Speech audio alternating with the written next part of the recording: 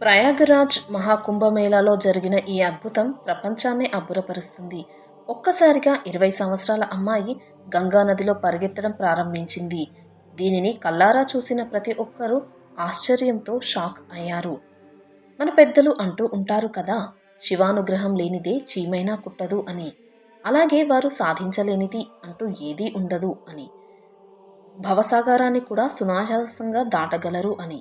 ఎన్నో సంవత్సరాలుగా తపస్సులో మునిగి ఉన్న పెద్ద పెద్ద సాధు సన్యాసులు అంతా కూడా సులభంగా సాధించలేని పనిని ఈ అమ్మాయి కేవలం తన 20 సంవత్సరాల వయసులోనే చేసి చూపించింది.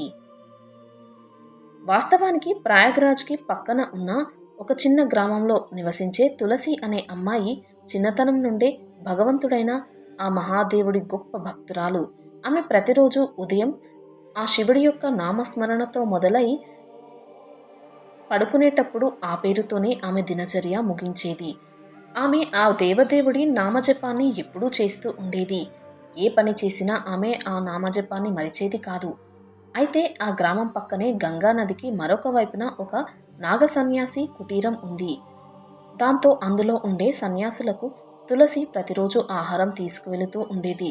ప్రతిరోజు అలా ఆ సాధువులకు ఆహారం పెట్టేటప్పుడు కూడా ఆమె ఆ మహాదేవుడి పేరునే జపిస్తూ ఉండేది. అయితే ఒకరోజు తులసి వాళ్లకు ఆహారం ఆలస్యంగా తీసుకువెళ్ళింది. దాంతో ఒక సాధువు, తులసి, నువ్వు ఎందుకు ఈరోజు ఆలస్యంగా వచ్చావు అని అడిగాడు. అప్పుడు తులసి చెప్పింది, నేను ఆ తీరం నుండి ఇక్కడికి రావడానికి పడవ నాకు ఆలస్యంగా లభించింది అని చెప్పింది. దాంతో ఆ సాధువు చిరునవ్వు నవ్వుతూ, అమ్మా తులసి, కొంతమంది ఆ భగవంతుడి పేరు చెప్పి ఈ భవసాగరాన్నే దాటుతూ ఉంటారు. కానీ నువ్వు ఈ ఒక్క నదిని దాటలేవా అంటాడు. ఆ మాటలని ఎంతో సీరియస్గా తీసుకుంటుంది తులసి. అతడి మాటలు తులసి మనసుపై చాలా ప్రభావాన్ని చూపాయి. దాంతో ఆమె పట్టుదలను పెంచుకుంది. నేను ఆ దేవదేవుడి నామస్మరణ ఎల్లప్పుడూ చెబుతూ ఉంటాను.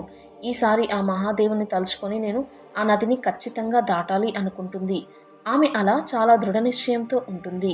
మరుసటి రోజు ఉదయాన్నే తులసి ఆ సాధువు దగ్గరికి వెళుతుంది ఆహారాన్ని తీసుకుని. అప్పుడు ఆ సాధువు ఆశ్చర్యపోయి, ఎప్పుడూ లేనిది నువ్వు ఇంత త్వరగా ఇక్కడికి ఎలా వచ్చావు అడిగాడు. అప్పుడు తులసి నవ్వుతూ చెబుతుంది, మీరే చెప్పారు కదా, ఆ దేవుడి పేరు మనసారా స్మరిస్తే ఈ భవసాగరాన్నే దాటవచ్చును అని. నేను ఆ మహాదేవుడి పేరు చెప్పి ఈ గంగా నదిని పడవ లేకుండానే దాటేశాను అని చెప్పింది ఎంతో శాంతంగా. దాంతో ఆమె మాటలు విన్న సాధువు అస్సలు నమ్మలేకపోయాడు. ఈమె ఖచ్చితంగా అబద్ధం చెబుతుంది. ఉదయాన్నే ఏదో పడవ తీసుకుని ఇక్కడికి వచ్చి ఉంటుంది అనుకున్నాడు. నువ్వు అబద్ధం చెబుతున్నావు అన్నాడు. అప్పుడు తులసి చెప్తుంది, లేదు, నేను అబద్ధం చెప్పడం లేదు. నేను ఎల్లప్పుడూ ఆ దైవనామస్మరణ చేస్తూ ఉంటాను.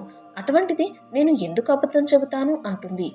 అయినా కూడా ఆ సాధువు ఆమె మాటలని నమ్మదలుచుకోలేడు. నమ్మకం కలగలేదు అతనికి. దాంతో ఆమెను అతడు ఆ నదీ తీరానికి తీసుకువెళ్తాడు. ఆమె చెప్పేది నిజమా అబద్ధమా పరిశీలించాలి అనుకుని. తులసిని తీసుకువెళ్ళి నది దగ్గరికి వెళ్ళి, ఇప్పుడు నా ముందర నువ్వు ఈ నదిపై నడువు చూద్దాం అంటాడు. అప్పుడు తులసి అలాగే అని కళ్ళు మూసుకుని 2 చేతులు జోడించి ఆ మహాదేవుడిని స్మరిస్తుంది. అలా స్మరించిన తర్వాత ఆమె ఆ మహాదేవుడి పేరుని జపిస్తూనే గంగా నదిపై నడుస్తూ వెళుతూ ఉంటుంది. ఈ దృశ్యం చూసిన ఆ సాధువు ఆశ్చర్యపోయాడు.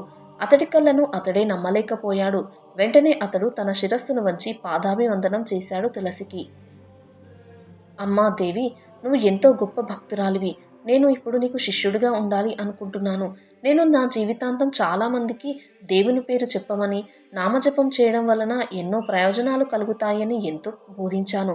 కానీ ఇప్పుడు నువ్వు ఆ మహాదేవుడిని నీ జీవితంలో ఒక భాగంగా స్వీకరించి నిజమైన భక్తితో ఆ నామజపాన్ని ఎన్నో రోజులుగా జపిస్తూ ఆ నామాన్ని సిద్ధింప చేసుకుని దాని వలన కలిగే శక్తి ఏంటో నాకు చూపించావు. అయినా కానీ నేను మూర్ఖత్వంతో ఆ విషయాన్ని నమ్మలేకపోయాను. నీ భక్తి ఎంతో గొప్పది. నా భక్తిలో లోపం ఉంది.